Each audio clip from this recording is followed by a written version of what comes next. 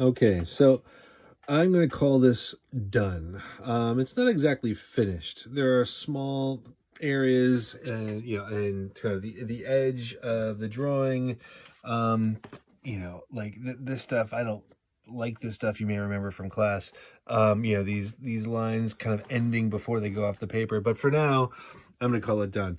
You can see that not only have I kind of finished blocking in all of the all of the darks. I mean, I had that before. Um, I've spent a lot of time fiddling with edges, right?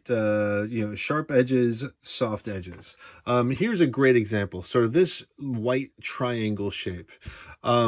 This corner here is really brilliant. Okay.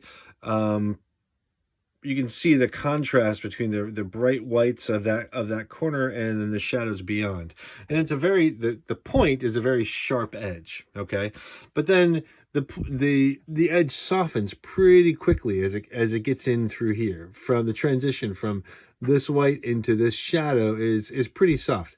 Now, this edge here is also it's sharper here, okay, because of the fall of the fold of cloth, and then the cloth starts to there's an overlapping form here, right? So the back edge of this fold kind of goes up and under, and then there's a point where we no longer it no longer goes up and under. We kind of start to see the whole corner, right? And so the edge softens as it goes up into here. And this is a fairly hard edge. Not super hard, but fairly hard because it's a cast shadow from this form onto this form. I also spent some time focusing on kind of what I think of as the interesting areas. I spent a lot more time looking at the kind of tonal relationships in here, the edge relationships in there, to get a sense of the zigzagging fall of some of those areas. I also started to, in a few areas, put in reflected light. Okay, so this form here, it's a plane that kind of angles down this way, right? And the light bounces off this form and up into here. So there's that secondary highlight. I made that entirely with the eraser. So I kind of filled all this in. Now, you may remember, or that compressed charcoal doesn't erase as easily as vine charcoal. So I've utilized that. I like that about it because I know that I'm not going to be erasing back to the near white of the paper. I'm only going to be taking up about half the material. There's also reflected lights kind of right in here. There's a few other areas where we can here where we can see those reflected lights, and that erasing out of the compressed charcoal I like a lot.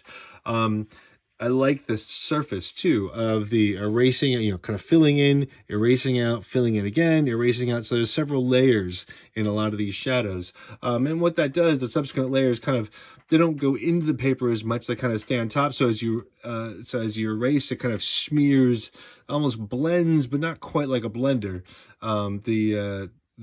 The charcoal kind of around the area. So there's more of a it kind of unifies the area. There's less of an individual marks are much less interesting. Now, the whole drawing is basically about those partial cylindrical forms and the way the light falls across them.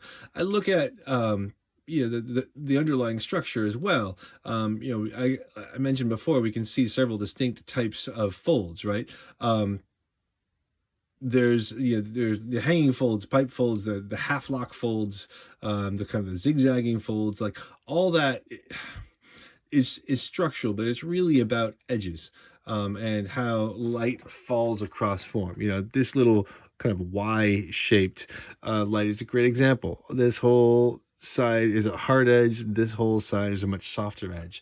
Now, there's one last principle to remember, and I've mentioned this in class. Shadows there are shadows because they receive less light, right? There's less light getting in there. That's why they're darker. As a result, though, you can't see as much in shadows because there's less light. So if you deliberately make shadows more vague and indistinct than you actually see, they'll read even more as shadows. So there's a lot in the still life that I've left out. There's a lot more going on in this area, okay, in this area than I've actually drawn. If I drew everything that I see, it would just get confusing. If I draw a lot of detail, then the suggestion is that there's light in there because we can see a lot, and it undermines the shadow nature. So there's an atmospheric quality to shadows that you deliberately leave vague and indistinct. All right, I've rambled on and on.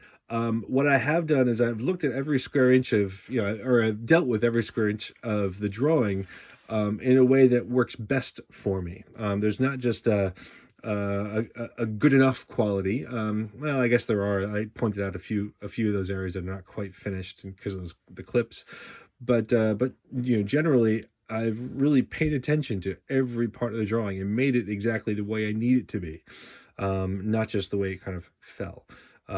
So, good luck.